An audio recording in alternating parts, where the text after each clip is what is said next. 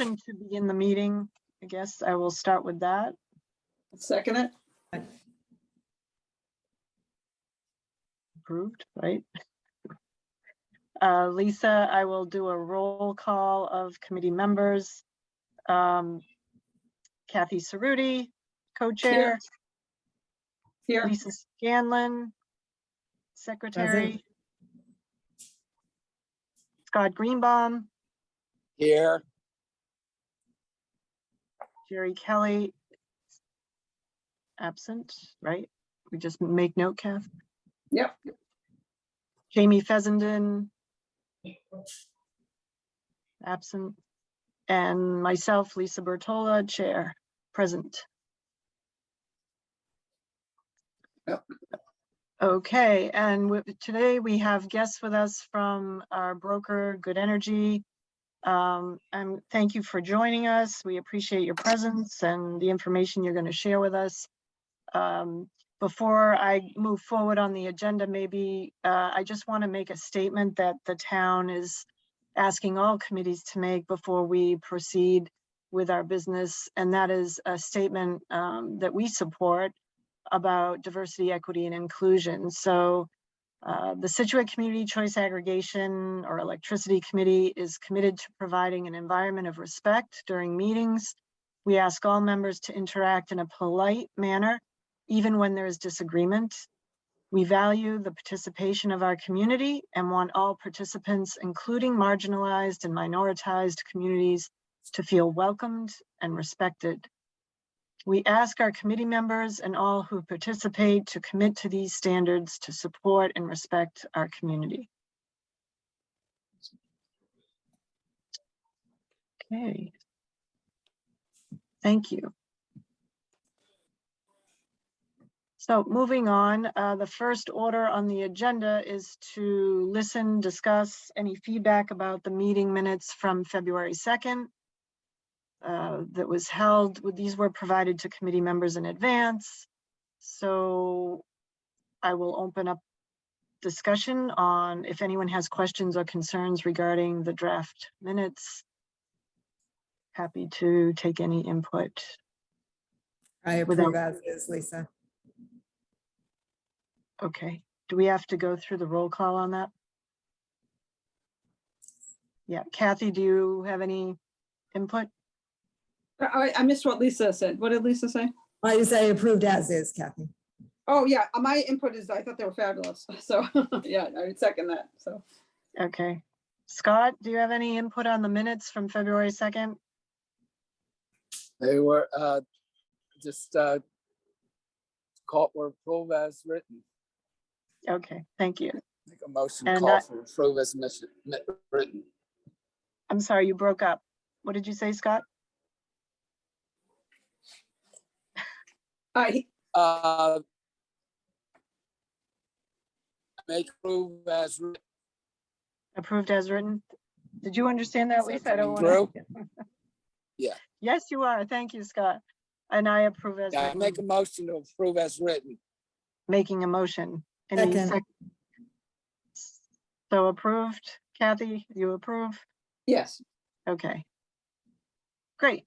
And thank you to Lisa to post these minutes at the town website following the meeting or whenever, tomorrow.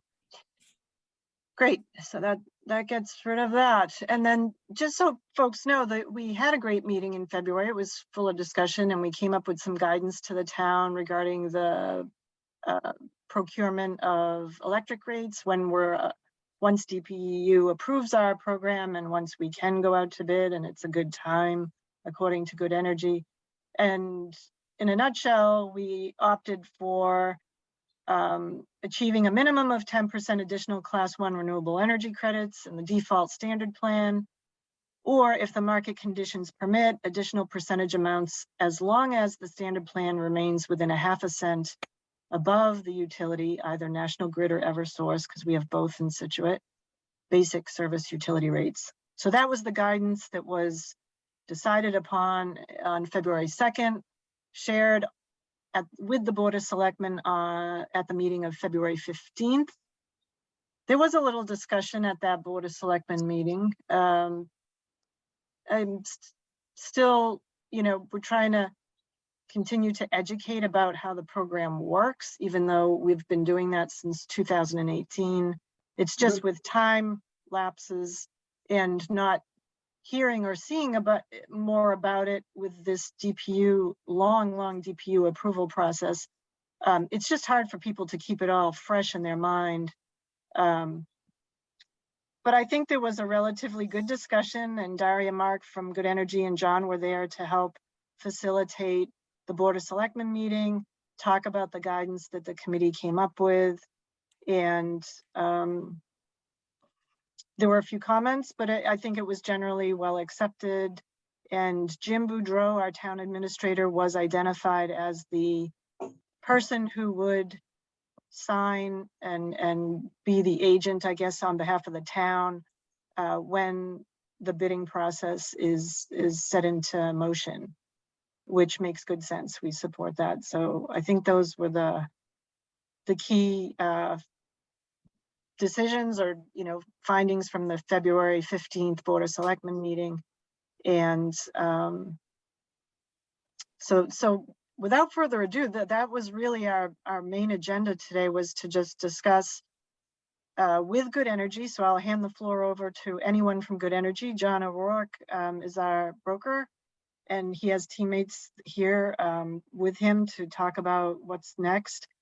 My understanding is we're still waiting for the formal DPU approval, even though they said yes, but it's contingent upon certain compliance matters. I don't know what that means. Maybe we'll learn tonight. And then obviously anyone from the public, the residents who might be attending this meeting, feel free to ask questions, make comments, again, with respect to our rules of inclusion and politeness. And that will pretty much wrap up the meeting. So with no further ado, I'll hand it over to Good Energy to take the floor and let us know if you need if you're sharing screens or want to show us anything, or if this is just kind of an informal discussion. John, do you want to take over? Lisa, if I could give you just a little history here. Sure. As you know, we had approval for 6 municipalities back at the end of 2001. And all were subject to a compliance filing. DPU, the hearing officer for the 6 dockets, suggested to our attorney that we submit 1 docket. They would approve that docket. Then we would conform the others to that 1 docket, and they would approve it quickly. We submitted our compliance filing at the end of January, after that agreement was made with the DPU. We're still waiting for them to approve the 1 compliance filing that we did. So as soon as we get that, we'll be able to conform the rest, and that should basically be a quick process from there. We'll turn it over to Stefano to go through a short presentation. Great, thanks, John. Thank you, everybody, for having us. And before we start, maybe we'll do just a quick round of intros. There's some familiar faces, some new faces. So I'm Stefano Loretto, focused entirely in New England on these aggregations that we have in Massachusetts. And I specifically handle a lot of the bidding, data, and supplier relationship parts. So that's why I'm often involved kind of at this stage where we're getting ready to execute a bid. John, I'll turn it over to Phil. Yeah, hey, yeah, Phil Carr. Basically, I run our New England team and work very closely with Stefano on this. Yeah, we got some interesting updates for you tonight. Market updates is a sort of new times in the energy business, and we'll go into that later. But certainly, we'll give you an update on where your plan's at, and understand that the time it's taken to get to where it is today is it is problematic when you're trying to maintain continuity of understanding with the committee. I totally get it. Gary. Yes, good evening, everyone. Sorry, I'm a little out of focus for some reason. I work for Good Energy in the capacity of building awareness within the community so that there are no surprises, trying to engage the community as much as possible, educate them on the program in a variety of methods, and basically took over for Dari. I work all of our community choice aggregation markets for Good Energy, but have recently taken over here in Massachusetts. Great, thank you. Can everybody see the screen here? Yep, okay. Yeah. All right, so we'll just get into it. This is going to be pretty short. We want to leave plenty of time for discussion. So the compliance filing, no news, right? There's no approval yet. They haven't come back to us and asked for any clarification or additional information. So unfortunately, there's just nothing to report. I'll turn it over to Philip. We're going to talk a little bit about a market update. So this is, I'll just give you the context here. This is the natural gas pricing.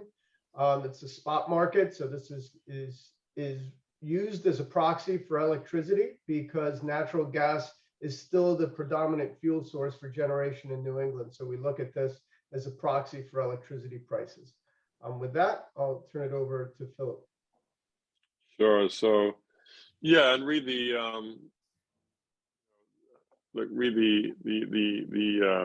sort of length of time it's taken. We have to be quite frankly, as a consultant, we have to be very careful what we say around that, as I'm sure you understand. Or what I would say is we know that the DPU does its best with the resources it has to diligently process everything. So what I would say is that we are near the end game now. We have like John outlined, there's a template plan. It's going to we'll get that compliance portion approved shortly, and then it should be a fairly quick process of just a few weeks to get the other plans synchronized and completed. So we're getting there. All right, going on the market. So the market is an interesting place. You read a book about this, but I'll try and keep it short. So huge write-up in the market. Important to understand that there were various factors leading to a rising market before the geopolitical situation in Europe, such as real transition away from carbon-based generation. Obviously state mandates for low carbon generation. But really, what happened with the when Russia invaded Ukraine, it just and all the sort of pressure and sanctions and the sort of apprehension around what's going to happen with natural gas. It's just created a situation whereby you used to have coal as a sort of pressure valve for keeping the price of natural gas in check, right? So whenever gas got too expensive, you'd flip to coal. Now, really, it's very problematic to get financing for coal projects these days, at least from Wall Street, for obvious reasons. We're really trying to combat climate change, a lot of ESG requirements, a lot of standards come in, and so that pressure valve's gone. So now, when you have a geopolitical situation in Europe, where there is a concern about having to, essentially deter the price of LNG shipments to Europe because there's an increasing amount of LNG export facilities in the US. What you're really seeing here is a rate of acceleration of natural gas really becoming a global commodity. You sort of operate in a silo in the US, really. But so anyway, what you're seeing now is in the market is a huge run up, and it's very, very hard to tell what where this goes. Nobody knows. I mean, we've had briefings from the top industry professionals who are refusing to give to their own senior management and analysts to give any forecast for what the price of natural gas is going to be towards the end of the year, because the market's kind of in a crouch. You know, this level of pricings is a lot higher than it was before, but it may be close to a new normal, or it may be just part of the highly volatile market that has been brewing for a while, and is just going to be the way things are for the next sort of 3 to 10 years as we transition to low carbon generation. So long story short is that's kind of like, a sort of little snapshot of what's going on in the market today. On the flip side, I think we're going to be well placed to launch this program, certainly in the winter. If there's an opportunity sooner, so be it. Back to you, Stefano. Yeah, and just to LNG is liquefied natural gas, so that's part of what's creating this. There's such a demand for natural gas in Europe, and it's such a dependency there that now there's a lot of the natural gas is being it gets liquefied and then they export it. So just to clarify that term there. Lisa, you already basically just said this. I'm not going to read it, but we wanted to just make sure to clarify the goal for the standard that we saw from the minutes, that just like you said, it's going to be a minimum of 10%, and then we'll see what can be done with a delta of 0.5 cent from the basic service rate. So that's clear and understood. The timeline.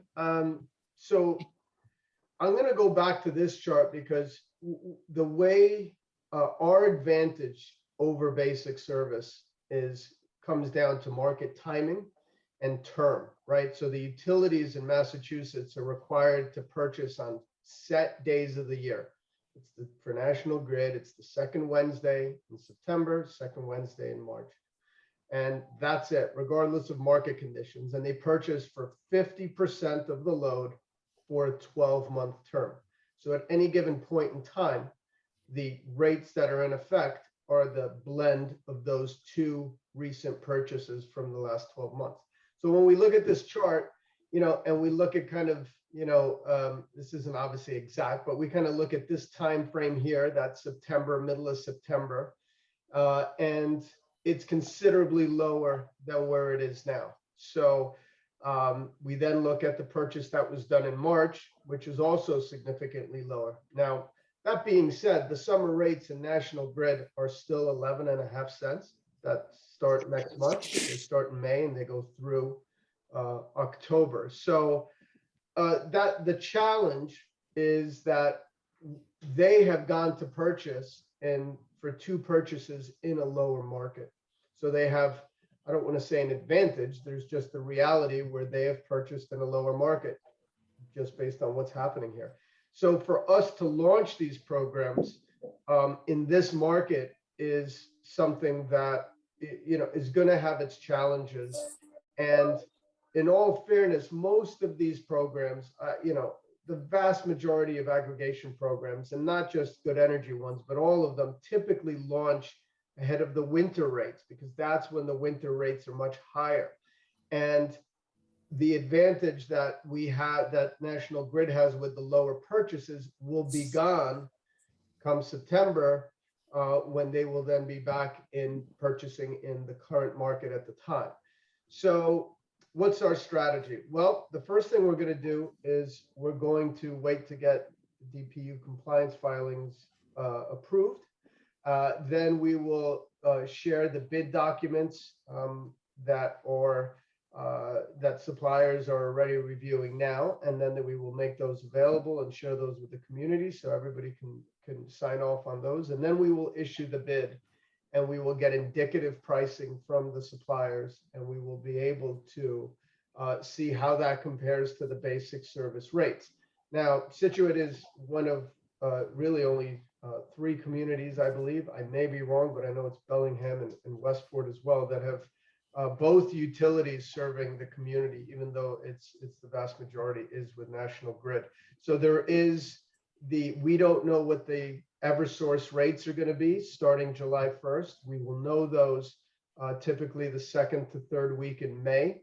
So what does this all mean? What it means is we don't have the compliance filing, so we can't go to bid. So we're likely going to be waiting until a month from now, especially with this market, until we know what those rates are for Eversource starting in July.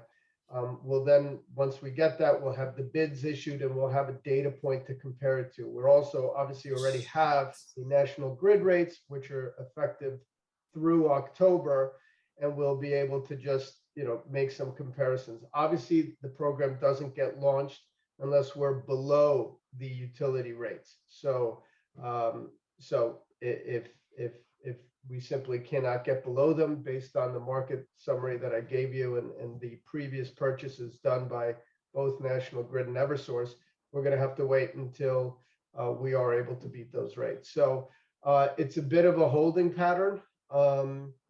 The good news in that regard is that at some point the market is going to come down.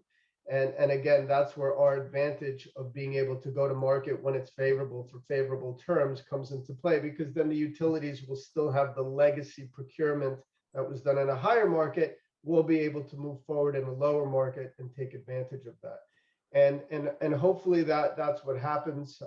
We're hoping that for obviously more reasons than natural gas market, that what's going on in Europe comes to an end, a peaceful end, and that some of the factors that are driving this market to where it is come back down, and we're able to move forward with the contract. So that's kind of where we are. I kind of went through it in a whole different way, I guess. But the goal, if the rates or indicative rates are able to get below the National Grid and Eversource rates, the soonest possible start would be August. I would say at this time, based on what we know about the current market, that is probably a stretch, unless there would be a real drop in the natural gas markets between now and kind of third week in May. So that's probably unlikely at this point. And we're probably looking closer to a fall launch if we were to have the market come down during the summer. So I know that's a lot of information. We wanted to leave plenty of time for questions. We don't have anything else. This is the last slide. Yeah, I have two questions. First, what do we do to get the TPU off their hands? Because we can't do anything until they're done. I mean, when do we start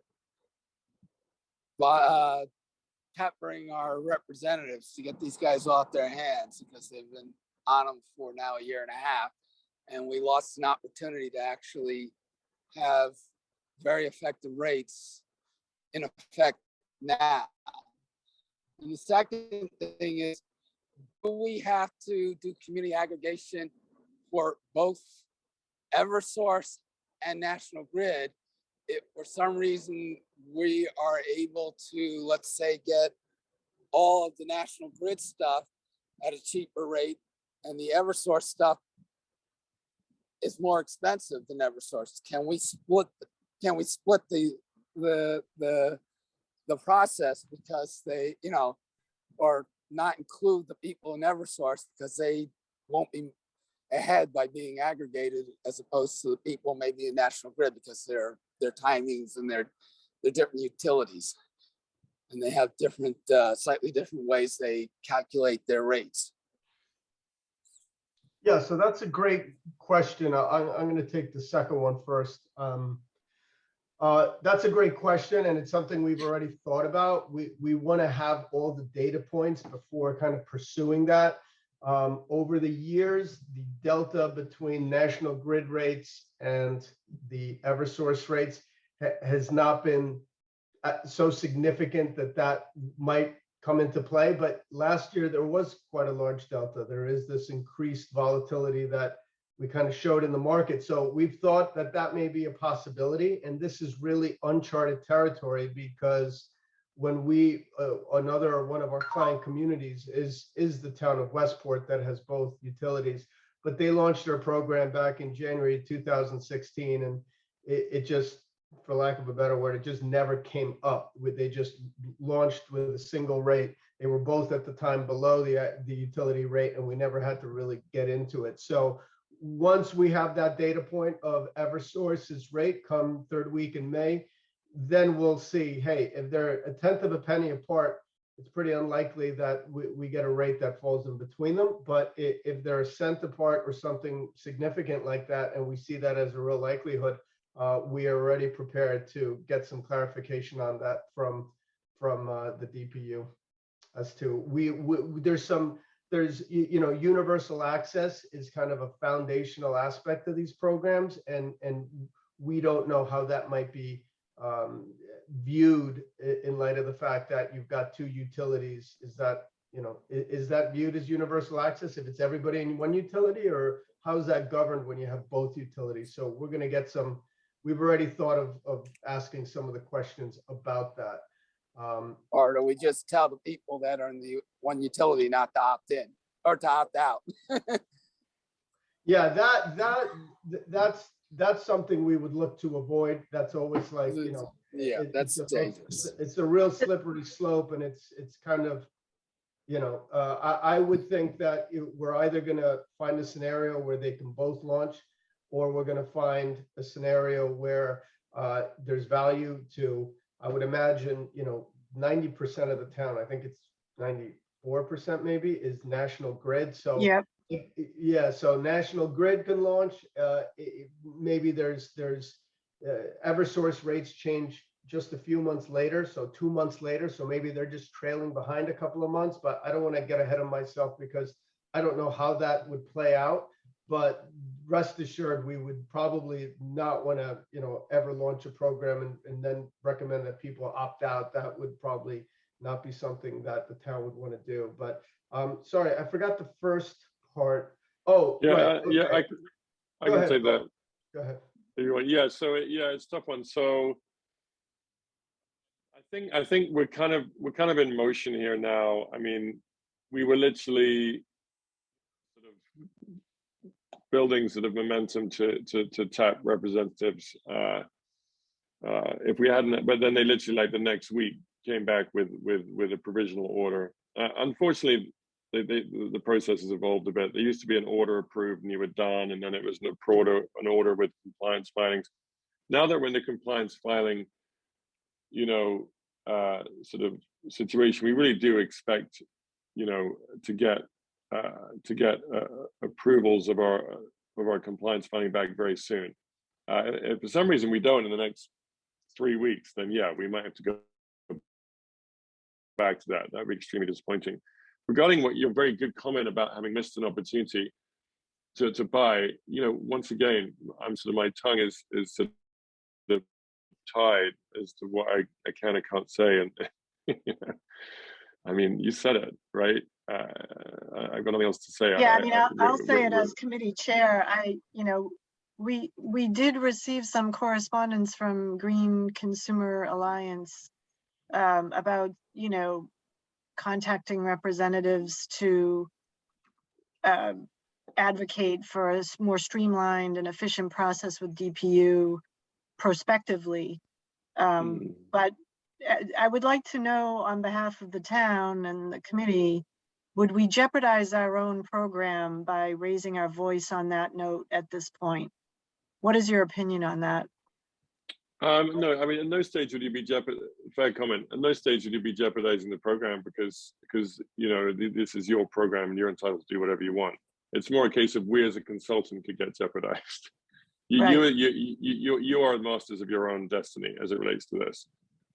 So we just have to be very careful what we say as it relates to,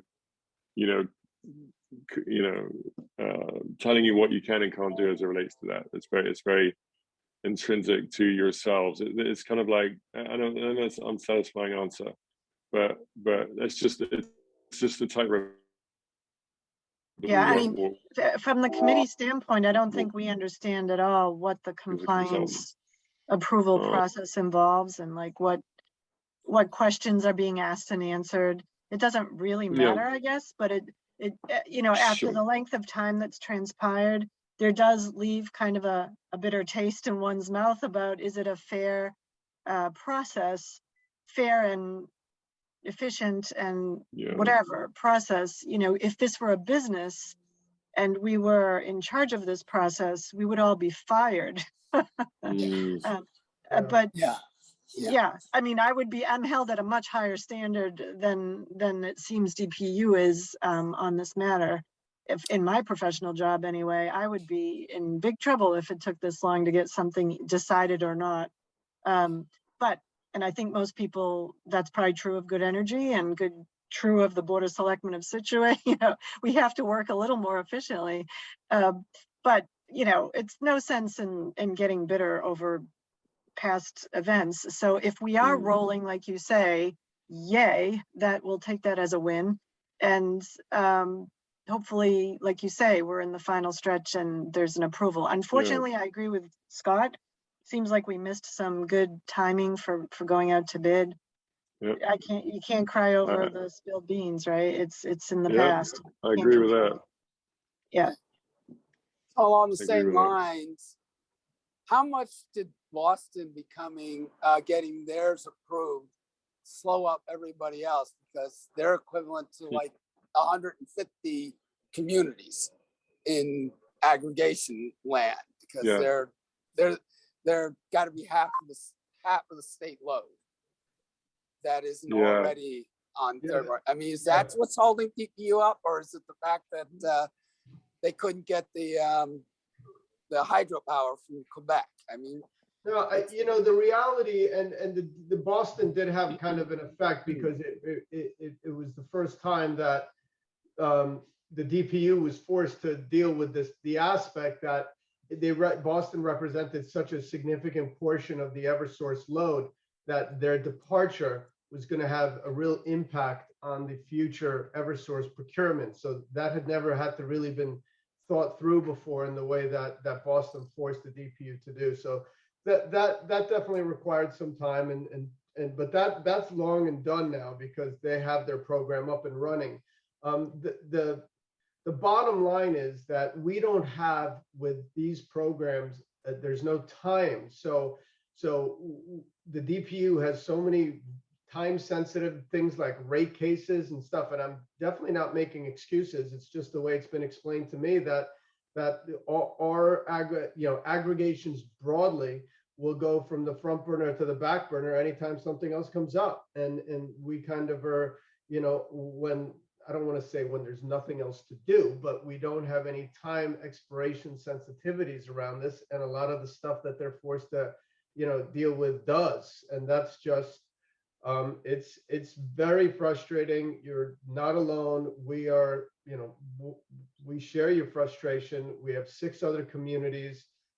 It's taking longer than it did, you know, 5 years ago. Plans took 3 months, and shame on us for back then complaining that that was a long time. Now they take, you know, close to 2 years, if not longer. So 3 we years. definitely share that. Yeah. All right. So yeah, so it sounds like it's time for the political putting the political screws on, because they're not going to do anything until somebody says something, and even that temporary thing, that was just a placater, because it sounds like they had no objection to giving us a final ruling. I mean, that's my opinion, and I think it's time for everybody in the committee, and we tell the selectmen to start talking to our representatives to find out why DPU isn't getting their work done, because I don't know, not a Scott, town you know, my personal opinion is when we see a governor switch out around November, we might see some movement all of a sudden, or hopefully, as Phil says, maybe sooner, because they're on their way out. I don't know. To what extent it's political, I don't know. But there is a Well, changing of the guard going on in the governor's office, certainly, and that might play into timing and focus and prioritizing these these That's aggregations. another year. And I mean, as Yeah, far I know. as all of this, Eversource is playing an outrageous amount of political power to stop all the energy conservation stuff and all the losing control of all their loads, and they don't want to stop. They don't want to reduce their gas services and stuff. So I just think we need to start telling our representatives, hey, what's going on, and let them start knowing that there's political pressure from the towns that this has got to start going forward. That's my opinion. Yeah. And mine too, Scott, this is Kathy. I think Patrick O'Connor was pretty, he listened and they actually looked into it and tried to get some answers. I felt like the last thing he said to me was, yay, it got approved type thing, like it was a done deal. So I feel like I'm going to go back to him and say, it's stalled yet again here. So I think it's worth it. All right. Well, I got to go. All right. I don't think we have anything else that we have to vote on, right? So I'm going to be leaving, signing off. Everyone have a great day. Thank you, Scott. Bye-bye. Enjoy San All right, Diego. thanks. All right.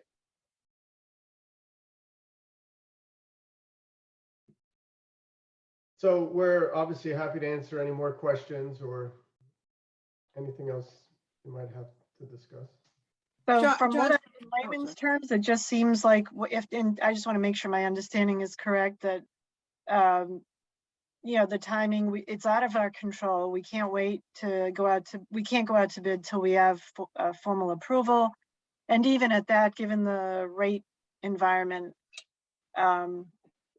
we would rely on you to look at when the market tips or changes so that we could try to be competitive with the National Grid and Eversource rates that have been locked in for the, first, the next 6 months or whatever their lock-in period is.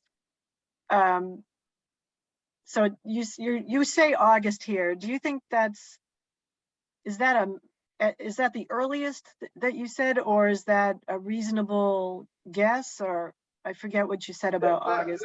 That would just be if, a lot of ifs here. So if we get our compliance filing, if the Eversource rates come out in May and they're similar to the National Grid ones or higher, and we are able, and the market were to come down so that we could get lower rates than the utilities, that would be the soonest possible moment, just based on the fact that we're not going to know the Eversource rate till about the third week in May.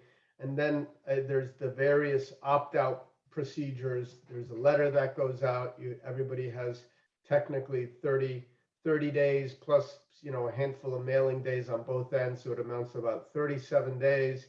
There's enrollments and stuff. So if everything was to be ideal, you still need about, and based on the meter reads, you need those 60 some odd days in order to launch a program. So do I think August is going to happen? I do not. And I don't think it's going to happen, not because of the DPU compliance. To Philip mentioned earlier, I think if we don't have that in 3 weeks or so, I think then that would be, I think that's kind of what we're expecting.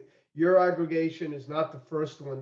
This process started with aggregations that we received approval on in December of 2020.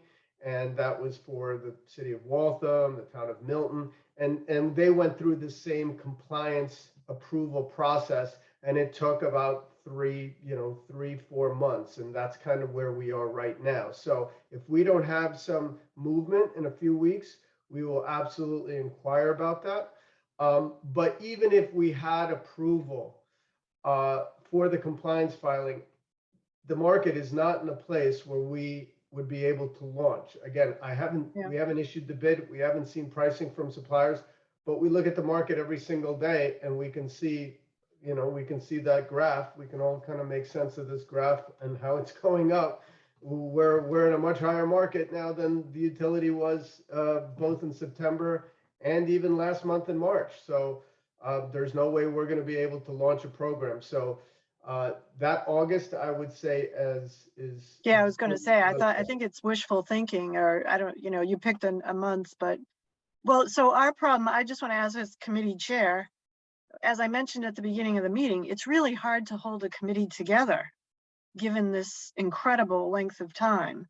And yet, like, communication, I remember talking to Daria and John about like what we could do and, educate the public and re-educate the public and, keep the Board of Selectmen even aware of how this works, because I recognized at that meeting on the 15th, there was a lack of understanding again, because from 2018-19 till now, it's not fresh in their minds as to how this works. I'm not sure how to hold it together, and we'll try, we'll keep it. I mean, the town is committed to doing it. The town voted majority absolutely in favor of this. And it makes good sense eventually to whenever it can happen. But boy, again, to Scott's point, we will make it understood that this seems very unprofessional, unfair, whatever are the words, I can list a bunch. But we will make that statement just on behalf of the residents, because we feel an obligation to fulfill the desire of the town residents to do this. But they have not made our job easy as, working families, volunteering and offering our time and expertise to pull this together, petition to have it happen, get votes, special town meeting, go before the Board of Selectmen multiple times, get a broker. Shame on them. That's all I can say. If you have any advice on how to hold it together any longer, please educate me. Enlighten me. Well, what I would say is that we're there, and look, we really do share this frustration, especially when we look around at where rates in both National Grid and EverSource are this winter. It's painful. They're really, really high. So Yeah.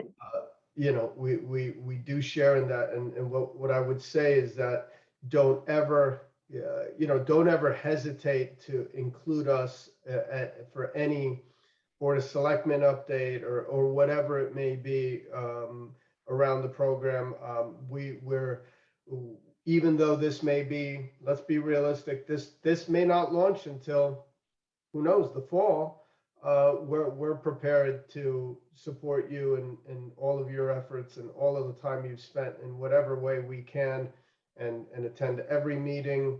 With the public, it's tough because there's, having done this for so long, the communication to the public is, hey, this is coming, and then it's great. And then really the next thing that matters to them is, hey, it's here, and here are the rates, and here's what it means, and here's what it's going to do, and here's the renewables. And then there's a lot to talk about, because if you don't have that, it's like, well, it's still almost, it's almost here. And, the message is very diluted. So unfortunately, until we're there with the public, I think we can update websites and update materials and keep the conversation going. So for those people that are kind of interested and invested, they can find out information.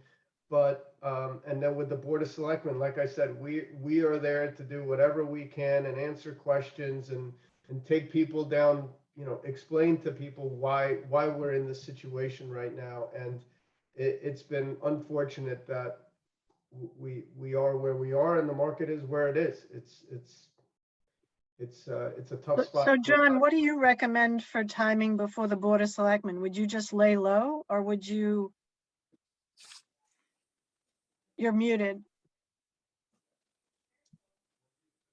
The major step right now is to get our compliance filing approved. Yeah. Once that's done, then we can make decisions to move forward from there. But it's the compliance filing that needs to be approved. We can't do anything till that gets done. And hopefully, as Stefano said, that's going to be in the next couple of weeks, next 3 weeks. Okay. No excuse for it not to be in the next couple of weeks, but you know, we just have to hang on here, and DPU has to do what it has to do. Right. Got it. So PR wise and communication wise, we just lay low until we get that, and there's no sense in trying to update websites or anything. And yeah, But the best strategy right now is to just be quiet until the DPU gives us that approval. okay. Thank you. John, I had a clarifying question about something you said earlier, and just my understanding here. You mentioned, you said something about submitting one docket. What did that mean? Is that like for all 6 towns? Is that what that meant? When we had a discussion with the DPU, the attorney who is working on all the dockets, all of the 6 dockets that were approved at the end of 2020. Okay, her advice to us and to our attorney was put one docket in, we'll approve that docket, and then conform the other 5 to that docket. Oh, The docket that she suggested, the attorney for DPU suggested that we put in, was the docket for the town of Westwood. So we have done that. We did that at the end of January. And essentially, we're just waiting for them to say, this has been approved. Any changes they suggest to that docket, we would make to the other dockets, submit those dockets, and it should be pro forma to get those other 5 dockets approved. That's the strategy that they suggested to us, and we agreed with it. Our attorney said, hey, this should be a simple process. Unfortunately, we haven't gotten that approved, that Westwood docket approved yet.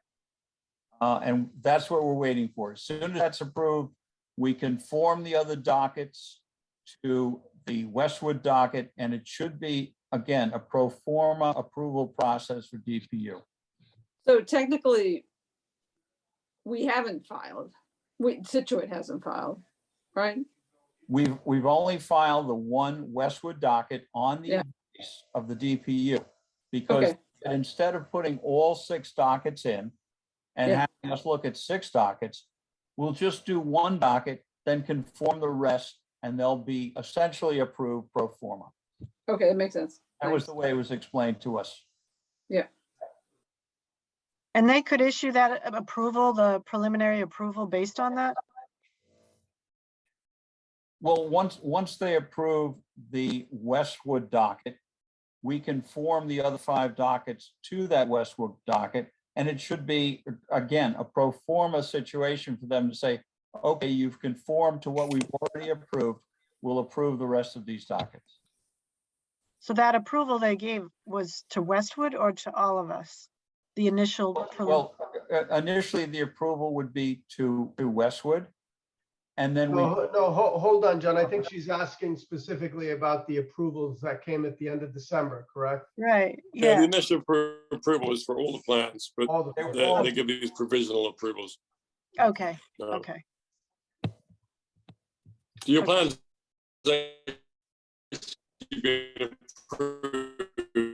Can't hear you, you're We're breaking losing up. you, Philip, here. Yeah, so basically, all the plans were approved It's now has at the Well, end of, all the plans were approved at the end of December, and then there's the compliance approval.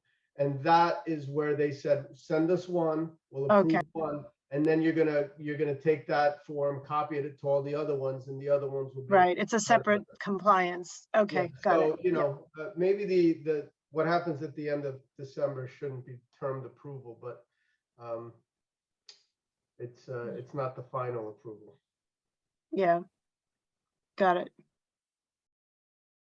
Okay, well, I don't know, does anyone else have questions? Does anyone from the general public, the residents around to ask a question? These are the experts we have, so take advantage. Well, it doesn't, hearing none, I guess I will make a motion to adjourn. Does that sound right, Lisa? I second. All in favor?